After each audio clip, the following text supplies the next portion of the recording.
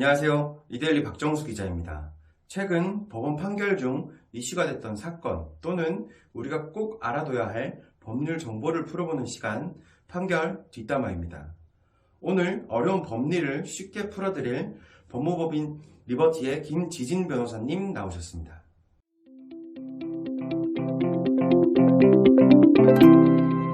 안녕하세요, 변호사님. 네, 안녕하세요. 오늘 살펴볼 사건은 가수 신혜성 씨 관련 건인데 네. 그 해당 내용을 간단히 정리해 주시면. 네네.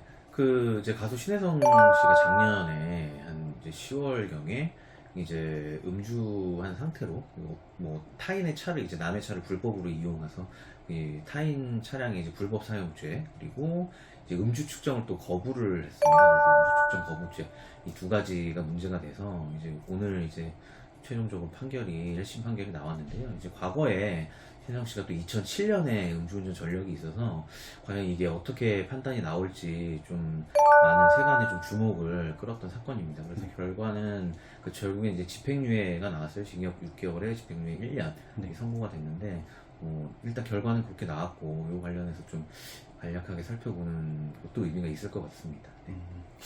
좀 집행유예 선고가 나왔는데 지금 뭐 아까 말씀하셨듯이 음주 측정을 거부했고 자동차 불법 사용 혐의도 받았는데 좀 집행유예 선고량이 좀 어떻게 보세요? 네네. 일단은 제가 볼 때 시기적으로 조금 운이 좋았던 것 같은 게 작년 5월달에 이제 윤창호법이라고 하죠, 과거에. 네. 윤창호법이 이제 위헌 결정이 나면서 이제 효력이 정지가 됐습니다. 그래서 윤창호법이 적용이 됐다고 하면 이게 지금 음주 측정 거부와 음주 측정 거부 1회와 그다음 과거에 이제 음주 운전 사례가 있기 때문에 가중처벌로 이제 법정형이 2년 이상이에요. 네. 그래서 사실상 2년 최저형이 이제 2년 이상이면 집유가 좀 나오기 어려운데 이제 그 위헌 판결 이후에 이제 작년 10월달에 이게 발생한 사건이기 때문에 윤창호법이 적용은 안 되고 이제 도로교통법상의 음주 측정 거부죄 그리고 도로교통법상의 이제 자동차 불법 사용 각각 적용이 된 거고요. 네, 그래서 이게 형량은 각각 3년, 5년 이 정도인데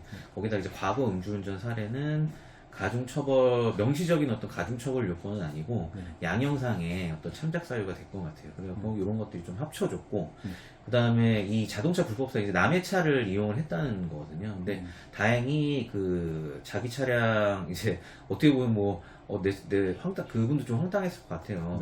갑자기 차량이 이제 발레 파킹 기사한테 키를 받고 그 차를 운전했다고 하는데 어쨌거나 절도까지는 그래서 인정이 안 됐어요. 근데 어쨌든 남의 차를 이용한 건 맞기 때문에 이제 그 차량 소유주분하고 다행히 좀 합의가 이루어졌고 그리고 기타 어떤 인적 물적 어떤 피해 그런 거 발생하지 않은 상황 그리고 본인도 이제 이런 사실들을 인정을 하고 범죄 사실을 인정하고 많이 반성하고 있는 점들 이런 점들이 좀 감안이 돼서 아마 집행유예가 제가 볼 때는 기존의 사건이었으면 실형이 충분히 나올 만한 사건인데 이런 것들이 좀 종합돼서 집행유예가 최종적으로 나온 것 같습니다. 또 아무래도 대중들은 받아들이기 힘든 게 이게 최근에 배승하약 것도 있고 울산에서도 최근에 음주운전으로 좀 여성을 친 사건이 있는데 좀 형량을 좀 높여야 되지 않냐 이런 지적이 많은데 좀 변호사님 어떠세요? 네, 맞습니다. 그 인적 사고가 발생할 경우에는 당연히 이게 이제 배승하양 사건 같은 정말 안타까운 그런 사망 사고인데 상해 사고가 발생하더라도 교특법상의 어떤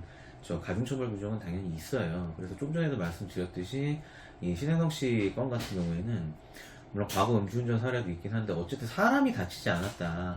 이 부분은 확실하게 조금 반영이 된 것 같고 우리 현행법상에도 사람이 이제 이런 배승하양 사건 같은 경우도 있지만 특히 이제 스쿨존 같은 경우에는 더 엄격하게 처벌을 하고 있고 실제로 인사 사고가 발생할 경우에는 거의 이제 실형 특히 음주 이후에 인명 사고가 발생하는 경우에는 당연히 실형에 처해질 가능성이 굉장히 높고요. 더나 아까 말씀드렸을 때 윤창호법 같은 경우에는 어쨌든 과잉금지 원칙에 좀 위배가 돼서 그러니까 그런 거죠. 윤창호법 같은 경우에 사람이 다치지 않아도 그냥 음주운전 2회나 아니면 음주 측정 거부와 음주운전 이게 더해질 경우에 무조건 가중처벌하게 돼 있어요.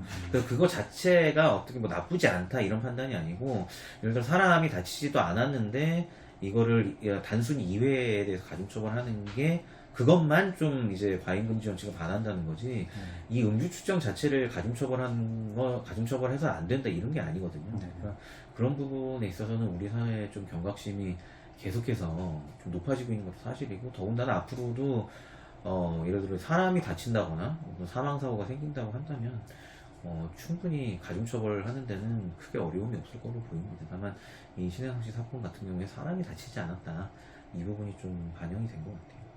그럼 혹시나 뭐 검사가 항소를 한다든지 형이 너무 가볍다든지 뭐 이런 게 있다면은 크게 변화되기도 힘들겠네요. 그래서 뭐 일단은 이게 경합범이고요. 지금 네. 보면은 어쨌든 음주축전 거부죄하고 네. 차량 불법 사용죄가 별도이기 때문에 경합범이고 각각 형량도 꽤 높아요. 3년이고 5년이기 때문에 검사 입장에서는 아마 항소를 한 가능성이 좀 높아 보이고, 네. 그렇게 된다면 조금 다툼의 여지는 있을 것 같은데, 결국에는 뭐 신혜성 씨 본인이 이 범죄 자체를 부인하는 건 아니니까요. 네. 그러면 이 전반적인 상황을, 정상을 어떻게 볼 것인가, 그 부분은 아마 재판부가 항소심으로 간다고 한다면 재판부가 아마 법익 형량을 판단을 할 것 같습니다.